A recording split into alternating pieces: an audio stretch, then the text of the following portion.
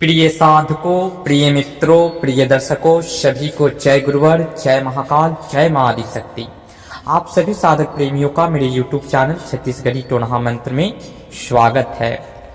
आज हम जिस विषय पे चर्चा करने वाले हैं वह विषय तंत्र संबंधित नहीं है। वह विशेषतः यह है कि सत्य में ऐसा होता है, सच में ऐसा होता है। बहुत सारे साधकों का व्हाट्सएप मैसेज, कॉल और बहुत दिन पहले कमेंट भी आए हुए थे। समय ना होने के कारण इस पे हम चर्चा नहीं कर पाए, तो आज समय है अनुकूल, तो इसलिए सोचे कि इस पे बता दें। बहुत सारे साधकों ने हम एक जीव जंतु बनाने का किसी भी आटे के माध्यम से और भी बहुत सारे तरीका हैं, बहुत सारे तंत्र प्रयोग है। किसी भी ऐसे ऐसे औषधि है जिसको मंत्र उस मंत्र से मंत्रित करके बना देने से वह चलयमान जीव निर्मित हो जाता है, यानी कि उसमें प्राण आ जाता है। फिर उसको भेजा जाता है, फिर उससे पूछा लगाया जाता है। अनेकों प्रकार के कार्य सिद्ध किए जाते हैं। कोई भी जीव जंतु, सर्प, ततया इत्यादि, आप कुछ भी, बिच्छू, बिल्ली, कुछ भी बना सकते हैं। बैल इत्यादि भी बनाकर चलाया जाता है। इस प्रकार की विद्या हमने बहुत दिन पहले चैनल जब मेरा आरंभ हुआ था उन दिनों ही ऐसी विद्या डाली हुए थे, ओरिजिनल मंत्र डाले थे। तो उस वीडियो के विषय पे बहुत सारे कॉल आए, क्या सच में ऐसा होता है? क्यों आप अंधविश्वास को फैला रहे हैं? और भी कॉल आए कि आप जो मंत्र देते हैं देखने में तो सही लगता है, क्या वो सत्य में आप सत्य बताते हैं? तो इस प्रकार के बहुत सारे सवाल बहुत सारे साधकों का मेरे पास आया। तो उनने बहुत अचरज और आश्चर्यजनक प्रश्न किए हमसे कि क्या ये सत्य में होता है, जो हम बताते हैं क्या वैसा सत्य में होता है? तो हम जो वही बताते हैं जो वास्तविक है और जो सत्य है। मिथ्यावादी, मिथ्याचारी किसी भी ऐसे मंत्र का या किसी भी इस प्रकार का ज्ञान का हम जनहित में शेयर नहीं करते हैं। जो भी सत्यनिष्ठ है, जो सत्य है, जो प्रमाणिक है, जो परीक्षित है और जो वास्तविक है, वही चीज आप लोग के समक्ष प्रस्तुत करते हैं। ऐसे तो हमने जीव जंतु बनाने का बहुत तंत्र का आप लोग के लिए बहुत बड़ी चीज है, लेकिन वह तंत्र के लिए बहुत एक नॉर्मल चीज है, नॉर्मल प्रक्रियाएं हैं। आने वाले समय में हम ऐसे ऐसे विद्याओं से रूबरू कराएंगे जैसे कि हमारे छत्तीसगढ़ में विद्या की कमी नहीं है। यहाँ पे ऐसे ऐसे विद्याधारी, तंत्र शिरोमणि, महान तंत्र के महानायक, ऐसे ऐसे गुरु हुए जिनकी कल्पना अभी कलयुग में इस घड़ी कर पाना असंभव है। तो उनके द्वारा स्वचलित, स्वनिर्मित ऐसी ऐसी महान गुप्त एवं लुप्त विद्या है जिसके बारे में पूर्णतः भारतवर्ष में बिरले एक दो लोग ही जानते होंगे, सुने होंगे, बाकी अनभिज्ञ होंगे। हमारे छत्तीसगढ़ में एक्चुअली विद्याओं को गुप्त रखा गया है। कोई किसी से शेयर नहीं करता था, वो अपने साथ ही गुप्त से गुप्त महान विद्याओं को लेकर के अपने साथ चले जाते थे। और बहुत कम लोग ही हैं जो उसे मतलब कि प्राप्त करते थे। लगातार निरंतर प्रयासरत होकर के, गुरु के चरण दबा करके, गुरु की सेवा करके, गुरु को प्रशंस करके ऐसी गुप्त विद्याओं को पाया जाता था। नहीं तो गुरु अपने आप ही लेकर के चले जाते थे, जल्दी बताते नहीं थे। तो आने वाले समय में जैसे कि हमारे भारतवर्ष में जब अंग्रेजों का यहाँ पे आगमन हुआ और भारत पे वो लोग अपनी सत्ता जमाने का प्रोग्राम जब बनाए, कार्यक्रम किए कि भारत पे, पूरे विश्व में, पूरे इस दुनिया में हर एक देश पे उन्होंने एकदम कम प्रयास में यानी कि बिना प्रयास का शासन जमाने में समर्थ रहे। लेकिन जब वो भारत आगमन हुए, भारत में आए, समथिंग भारत में 8 जुलाई 1497 में भारत का खोज एक वास्को डिगामा नामक नाविक ने, जो पश्चिमी सभ्यता से बिलोंग करता था, उसने किया था। उसके बाद उसके जरिए भारत में बहुत सारे पश्चिमी देशों की जो सभ्यता थी वो आने लगा, आदान प्रदान होना आरंभ हुआ। उस समय से भारत का पतन का कारण शुरू हुआ वास्को डिगामा के बाद। तो भारत में जब पश्चिमी देशों की, पश्चिमी सभ्यता के जो अंग्रेज इत्यादि जो भी बड़े बड़े धुरंधर लोग भारत में आगमन लिए, तो यहाँ पे उन्होंने चाहा कि भारत पे वर्चस्व अपना कैसे कायम किया जाए, क्या सीक्रेट है, भारत की कमजोरी क्या है, भारत को किस स्तर से इस पे हम अपना शासन चला सकते हैं। सबसे पहले उसने, क्योंकि उन्होंने साम दाम दंड भेद चारों युक्तियों को अपना करके भारत के ऊपर हर दृष्टिकोण से देख ली और निष्फल रहे, विफल रहे। तो उन्होंने लास्ट में भारत पे अपनी सत्ता जमाने के लिए यहाँ का ज्ञान, जो हमारी भारतीय संस्कृति, छत्तीसगढ़ की तो बहुत सारी महान गुप्त विद्याएं, साथ ही भारत के हर एक प्रांत में, भारत के हर एक कोने में एक महान तंत्र शिरोमणि, महान अध्यात्म के महानायक शिरोमणि गुरु सब अपने अपने स्थान पे। तो उन्होंने भारत को, ज्ञान को विखंडन किया। जितनी भी गुरुकुल थी, जितने भी गुरुकुल उस जमाने में हुआ करते थे, जितने भी ज्ञान पीठ हुआ करते थे, उन सारे पे आक्रमण करके ध्वस्त कर दिया गया। भारतीय संस्कृति में जो भी महान महान ग्रंथ, महान ऐसे बुक, प्राचीन हस्तलिखित भोजपत्र पे निर्मित, उन सारे ग्रंथों को जला दिया गया।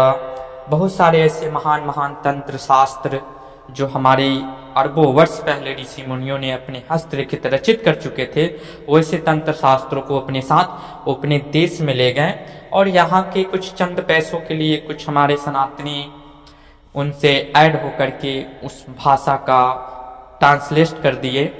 तो इस प्रकार उन्होंने उस ज्ञान को अपनाया और यहाँ भारतवर्ष में हर प्रांत में, जैसे कि नालंदा विश्वविद्यालय उस जमाने का सबसे बड़ा विश्वविद्यालय हुआ करता था, वहाँ पे लोग विदेशों से आकर के ज्ञान अर्जन करने के लिए आते थे। तो ऐसे ऐसे जो विश्वविद्यालय थे उसे ध्वस्त किया गया। ध्वस्त करने के बाद में, सारे ज्ञानों को तहस नहस करने के बाद में, फिर यहाँ पे वर्ण व्यवस्था ला करके हर एक जाति में बांट दिया गया। फिर यहाँ पे वो लोग शासन करने में समर्थवान बने, नहीं तो उनका यहाँ पे शासन कर पाना असंभव था। क्योंकि ज्ञान हम लोग के सनातन संस्कृति में, इस भारतवर्ष में, आर्यावर्त में लोग अपने ब्रह्मांड मस्तिष्क में रखते हैं। हमारे ऋषि मुनियों ने अरबों वर्ष पहले हमारे मस्तिष्क को ब्रह्मांड की संज्ञा दी है। तो ब्रह्मांड की संज्ञा यूं ही नहीं दी है, उन्होंने तो किताबों को जला ही दिया, लेकिन बहुत सारे समथिंग ज्ञान नष्ट हो गए। लेकिन हमारे जो भी तंत्र शिरोमणि या जो भी तंत्र से बिलोंग, अध्यात्म से जो भी गुरु बिलोंग करते थे, उन्होंने अपने ब्रह्मांड में संजो करके रखे थे। ब्रह्मांड को तो कोई जला नहीं सकता है, ब्रह्मांड को कोई खत्म नहीं कर सकता है, क्योंकि हमारा शरीर मृत अवस्था में जाता है, हमारे विचार, हमारे थॉट, हमारे सोच कभी नहीं मरते हैं। और हम लोग के गुरु शिष्य परंपरा में ऐसे ऐसे गुरु मंत्रों का स्वनिर्माण है, जिसके माध्यम से इंसान अपने अंतिम समय में कब मृत्यु के प्राप्त होने वाले हैं, उस सारी ज्ञान को आत्मसात कर सकता है और अपने थॉट को जीवित अवस्था में लेकर के फिर पूर्व जन्म को प्राप्त कर सकता है। ऐसे ऐसे बहुत सारे तंत्र सीक्रेट हैं।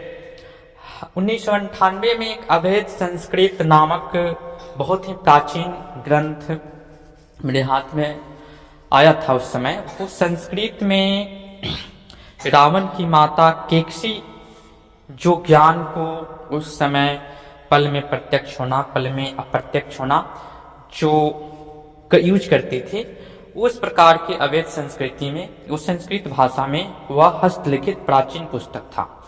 तो इस प्रकार की चमत्कारिक विद्याएं हमारे प्राचीन काल में, और भारत स्वयं इसका जनक है, जन्मदाता है। तो ऐसी बहुत से बहुत गुप्त विद्याएं हैं जो अभी के समय में पूर्णतः लुप्त है, उसके बारे में लोग अनभिज्ञ हैं।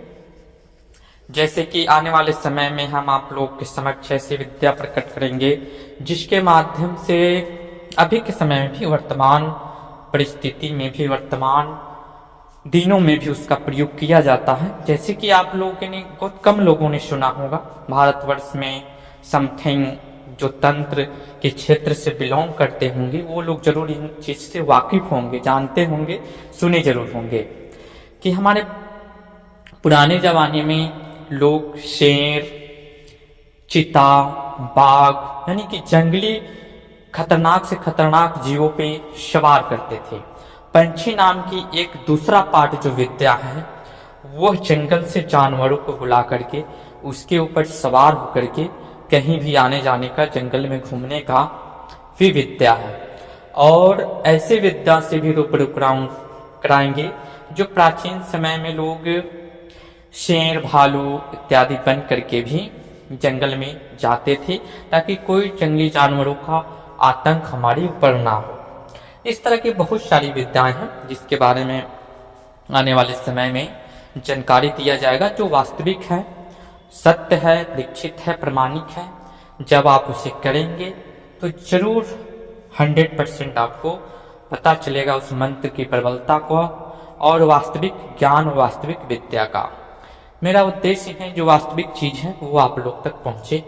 जो जानकारी विलुप्त है, जो विद्या कोई किसी को बताया नहीं, सब अपने साथ लेकर के चले जाते हैं, तो यह विद्या विलुप्त ना हो, जानकारी के उद्देश्य से आप लोग के समक्ष प्रकट किया जाएगा और आप लोग उसको आत्मसात करके, परीक्षण करके, परीक्षित करके देखेंगे तो जरूर पता चलेगा। आप देखेंगे ही नहीं, मंत्र देख करके बोलेंगे कि हाँ ऐसा होता है क्या, सच में ऐसा होता है क्या।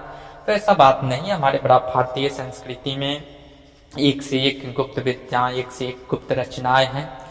ज्ञान अंग्रेजों ने तो यहाँ का तहस नहस कर दिया, लेकिन अभी के समय में भी इतना ज्ञान है, इतना ज्ञान है कि उसका यूज कर पाना इस मानव जीवन के लिए यानी कि असीमित है। यूज नहीं कर पाएंगे उसका। तंत्र का जो नॉलेज है हमने 0.00001% ही लिया है। समझिए कि 1% क्या होगा। तो तंत्र अथाह महासागर है, नष्ट होने के बाद भी। तो आप लोग के समक्ष जो भी ज्ञान हम लाते हैं वो सत्य ही होता है, प्रमाणिक होता है।